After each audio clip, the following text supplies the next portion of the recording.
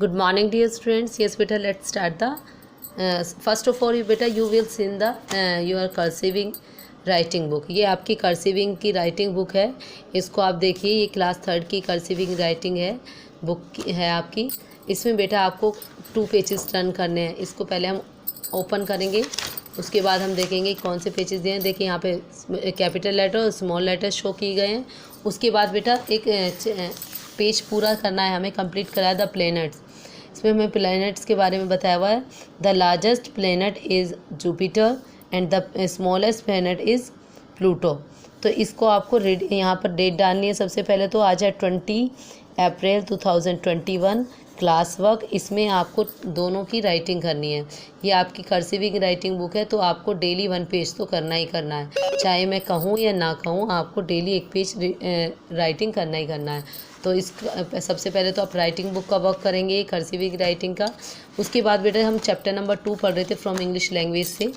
तो English language में मैं आपको काइंड्स ऑफ सेंटेंस पढ़ा रही थी अभी तक, है ना. सभी ने पढ़ा है ना काइंड्स ऑफ सेंटेंस. अभी हमने सेंटेंसेस के बारे में पढ़ा है. इम्पेरेटिव सेंटेंस, डिक्लेरेटिव सेंटेंस और नेगेटिव सेंटेंस हमने पढ़ लिया था. अब हम पढ़ रहे हैं imperative sentence and exclamatory sentence. अब इस ये दोनों में डिफरेंस क्या है देखिए. इम्पेरेटिव सेंटेंस वहाँ ये इम्पेरेटिव सेंटेंस में हमें जहाँ पर हमें ऑर्डर दिया जा रहा है, जहाँ पर हमें रिक्वेस्ट की जा रही है, या जहाँ पर हम क्या कर रहे हैं, किसी को ऑर्डर दे रहे हैं, रिक्वेस्ट कर रहे हैं किसी से, मतलब किसी तरीके का, जैसे मैम ने कहा take out your pencil box. एक तो ये हो गया कि ज़बरदस्ती वाला कि जल्दी से निकालिए, please take out your English.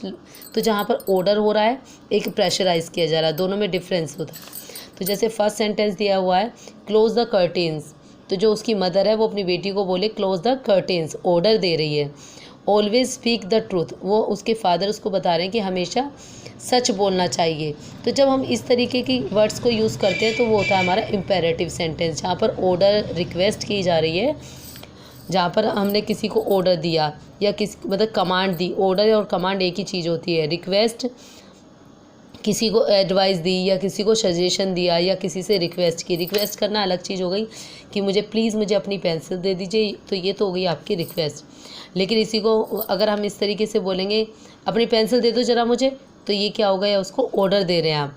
और अगर इसी चीज़ को हम अलग तरीके से बोलेंगे किसी को एडवाइस देने के कि आपको अपनी पेंसिल संभाल के रखनी चाहिए, है ना.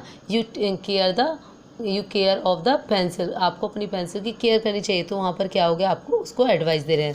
तो ये सब चीज़ें किस में आती है, इम्पेरेटिव सेंटेंस में. तो यहाँ पर आप आज की डेट डालेंगे, आज 20 अप्रैल 2021 है. तो इसकी रीडिंग करेंगे अच्छे से. उसके बाद है सबको समझ में आ गया होगा I hope so, imperative sentence. उसके बाद है एक्सक्लेमेटरी सेंटेंस. दोनों में डिफरेंस ये है, वहाँ पर रिक्वेस्ट कर रहे हैं, ऑर्डर दे रहे हैं, कमांड दे रहे हैं या किसी को एडवाइस दे रहे हैं, सलाह दे रहे हैं.